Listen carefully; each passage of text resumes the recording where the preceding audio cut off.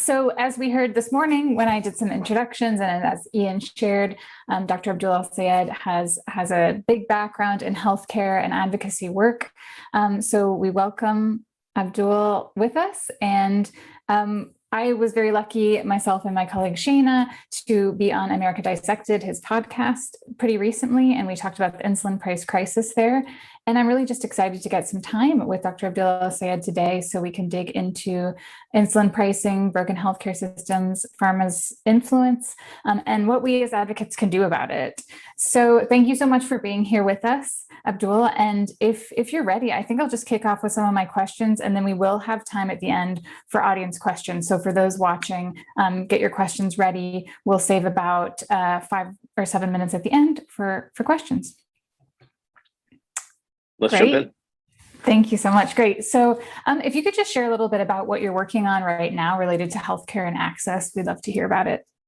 Yeah, absolutely. First, I just want to say, Faye, thank you to you, Elizabeth, and Shayna for coming on the show, and to the T1 International community.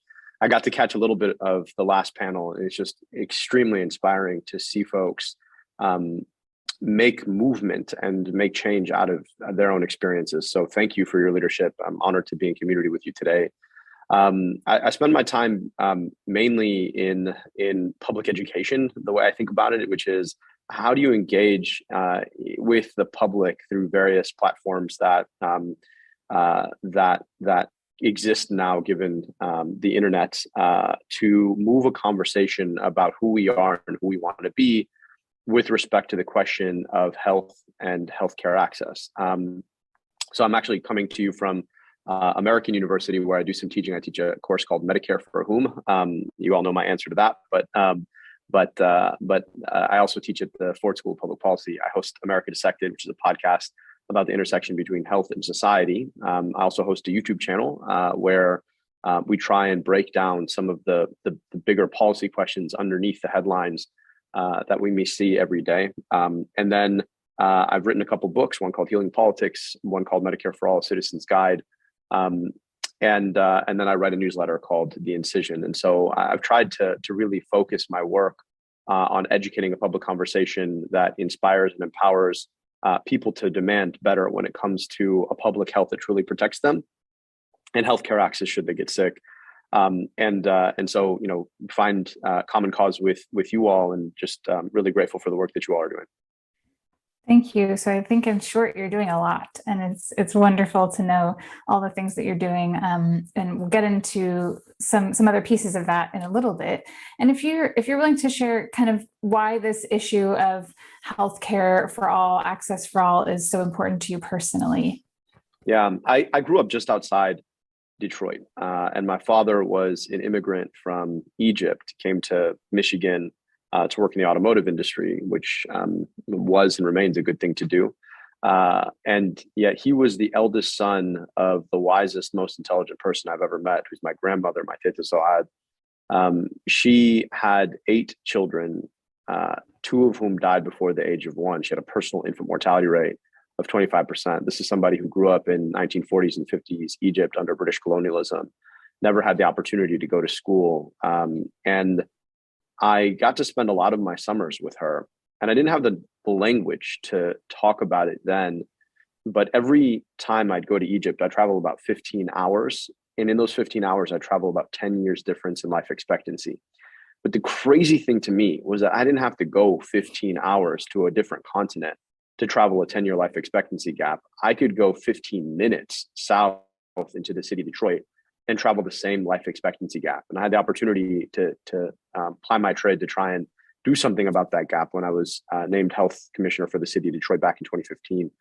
And I saw exactly how our politics, and maybe even more importantly, a culture that justifies a politics where we literally put people's bodies on the line and then say they don't have enough economic skin in the game, gets in the way of building a coherent and competent public health system, but even more broadly gets in the way of conceptualizing our healthcare system as something that we ought to do for people and with people because we can, rather than something that ought to exist to make large corporations yet more money.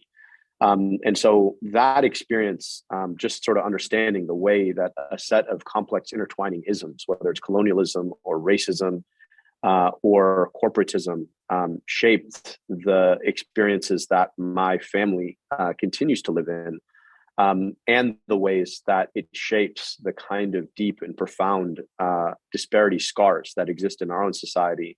That to me is eminently motivating. And so it's motivated my work in public health, my work in politics, my work in public advocacy. Thank you so much for sharing that. I think the disparities, one of those pieces that really stuck out to me is just you don't actually have to travel a huge distance to see those huge gaps in access and affordability. But we see that worldwide as well. What's the biggest issue in the US healthcare system? What is the biggest issue with the US healthcare system and the myth that it's the greatest system in the world? So again, we look at global issues and global disparities in our work. And I always grew up hearing that the US was the best healthcare system in the world. And I now live in the UK and sort of had an awakening and realizing that wasn't really the case. So just would love to hear your take on sort of how the myth impacts not only the US, but the world as well. Well, here's the sad thing. If you can guarantee yourself that you can be rich, powerful, and connected, the US healthcare system is the best healthcare system in the world. And that's the tragedy of it, is that it can be so good, and yet for so many people, it's not. The fact that in our society, we have chosen, in the richest, most powerful country in the world, to maintain a gradient in who gets access to healthcare at all. And we justify that with the argument that somehow a profit incentive is necessary to provide high quality care, despite the fact that every other high income country in the world has figured out that the failure to provide basic healthcare is not only a moral abomination, but is a technical failure of a society with the goals that any society has, a healthy, empowered consumer and workforce base.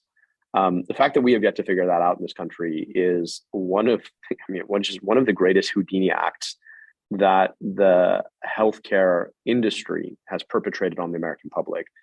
And the reality of it is that we could decide in this country to provide every single person access to equitable, affordable, accessible healthcare, and not take away healthcare access from anybody else. We really could do that. There's a choice that we consistently make, and it's not just a one-time choice. It's a choice that we make every day, not to do it. And that moral issue, I think, is profound. And the trade-off, right, that we're taught to make as consumers in the system or as citizens in the country, is that we need to protect our choice at all costs. And we are being sold a false choice with costs that are going up on everyone for middling quality and accessibility at best for most people, and the fundamental failure to invest in any sort of prevention. So that moral and technical quagmire sits at the heart of the terrible outcomes that we end up having. The fact that no matter the outcome you're talking about, unless it's like cancer survivability among people making greater than $100,000, that issue, the inequity in our system, the cost in our system, all of that comes back to this evil alchemy of profiteering and inequity in the way that we even think about who deserves access. So all of that sort of comes together, congeals, and so it's really difficult to point to one worst issue. It is the way that a narrative has been captured by a sector to trick a polity into a system that doesn't really serve almost anyone except for the richest, most powerful, most connected. Yeah, and that's a huge, huge thing to take on, but our community and our advocates are taking that on. Your tagline on your YouTube channel is more context, less conflict, which I think really can speak to a lot of us. Many of our advocates are fighting for policy change. They're tasked with working with politicians from very different backgrounds, parties, ideologies. So do you have a couple tips for strategies for keeping people focused on the issues? And what's your approach when you have those kind of conversations? Yeah. It's not on me to tell anybody how to feel the emotions of injustice. And there is plenty of reason for righteous indignation and anger. One of my mentors once told me that there's always a place for anger in leadership. It's just usually not when you feel it. And as I've spent time in the public advocacy and public policy spaces, I've realized that so much of the nature of our conversation has been sieved down into competing groups of people yelling at each other. And I understand why one wants to be yelling from the rooftops about the indignation, the injustice in our system. And I'm not going to tell anybody not to do that. But I am going to say that I do think that there is a space for persuasion. And I think persuasion is one of those acts that requires, the engine behind persuasion is righteous indignation. But the transmission and the steering column are thoughtful, engaged discussion, explanation, and hope about what the future can be that can be so much better than the present or the past. And so that's what I've tried to do in my own channel and in my own spaces, which is to really break down and to take the anger that I feel at our system, the frustration I feel at our system, and translate it into facts and analysis that comes thick and hard and is undeniable. And I think if you do that with an eye to what we can build and what we can do better, and we can engage people with the promise of a better tomorrow, rather than the frustration of how bad today has become, that there's a potential future that we can build together. I could be wrong, but I hope I'm not. And I think what I think about is my grandmother, who passed away when I was a teenager, never got to meet her great granddaughter, whom I'm raising now, who's 4 years old, and the future, the hope that she would have had about the kind of life that her granddaughter will get to lead, is one that I've had some role in making. And at the same time, I think she would look at this and say, how is it that we haven't, you've crossed continents. My father immigrated to a whole different continent in decades. And how is it that we're still struggling with these issues? Mm-hmm. And so it's out of a hope in what I think my grandmother would want me to be a part of building for her great granddaughter, that I try and discipline my anger and my frustration into an undeniable stream of honest analysis and engagement, with the hope and optimism of what my great grandmother would have wanted for her great granddaughter. Yeah, thank you for that. I think that balancing that outrage and hope is a tough one, but we thank you for all that you do for that. I'm going to open it up to the audience for questions. We have a couple minutes left. What are some small steps that advocates can take to begin to shift the paradigm of our healthcare system away from being profit-driven to patient-centered? That's someone who's watching asked that. Yeah. I think when we engage as advocates, the question is always who's watching, and who are we talking to? And I think what industry has understood is that the audience matters most. And so they go right to the audience in 30-second, well-polished ad clips to make them fear losing their choice or losing their access or whatever it is that they're making them fear.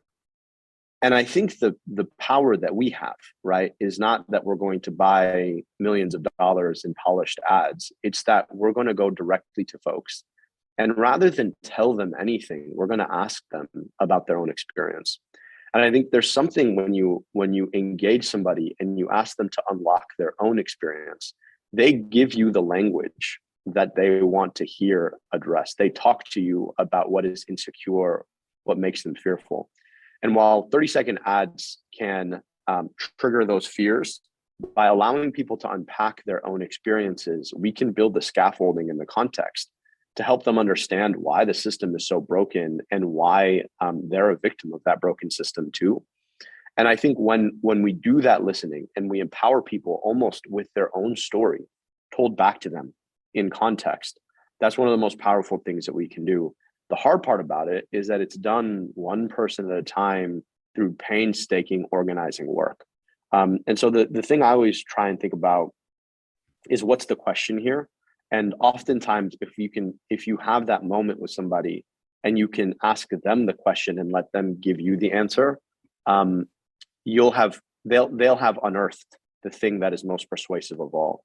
And so I hope that, as a movement, we can be really good about doing the thing that the pharmaceutical industry, the insurance industry, the hospital industry will never have the patience or humanity to do, which is help people unlock their own stories and explain to themselves why the system can and should be so much better, rather than be forced into a hole, into a retreat by an onslaught that triggers their fear. And so that's something that we can do because all of us have a story, and our story is the most powerful thing. And if we can help somebody else unlock their story, that's the most powerful of all. Absolutely. Couldn't agree more. And there's some great commentary and some other things happening in the chat. If you could just, if you're able, in 1 minute that remains, our time has really flown. So thank you so much for everything. One thing that you can think of that makes you feel hopeful, in the spirit of hope and focusing on hope, related to the Access to Medicines movement. If it can be specific to insulin, great. But anything that you're grabbing onto for hope, we'd love to end on that note. I mean, you guys, I'll be honest with you. I am so privileged from a health standpoint that I've never had to live a day asking, if I don't get this medication today, I could die today. That is something that I've never had to experience. I can't even imagine the profundity of that. But that you've taken that experience that I can imagine is such a source of fear and dread and anger and frustration at the corporations who've taken this incredible medicine, put it behind their dollar signs, and then force you to fight for it. If you can take that and you can turn it into a productive community of people who are having conversations about what you're going to do in places all over the world to take back your own power, take back your lives, and liberate yourselves and others who are living with this experience, I mean, that to me is amazing. And I have the privilege of getting to talk to and learn from communities like yours across the healthcare spectrum. And I'm endlessly inspired about that, because in the end, it's not going to be people like me who secure that. It's going to be people like you. And it's going to be all of us working together toward that end. The other thing about it is that even though today I do not depend on insulin to live it till tomorrow, I could in the future. My child could, anybody in my family could, all of us are affected by this. And so the story that you're telling is this existential story of humanity, is that but for one another, we can't survive. And so bringing folks together around that true human experience that happens to come in the form of this one medication when it comes to type 1 diabetes, but also is true no matter what circumstance you're talking about. I mean, that is a human story that is profound, that exists in every space and every time. So I'm just really grateful to you all for the inspiration, for the work, for the effort, and for the opportunity to share space and take home lessons from you. Thank you so much. Thank you, Abdul. We can't thank you enough for spending this time with us. I feel like we could talk for a lot longer, but I have to leave it there. And just really appreciate you being with us today and your kind words. And we'll pass it on to the next session. All right, keep going. I appreciate you all. Thank you.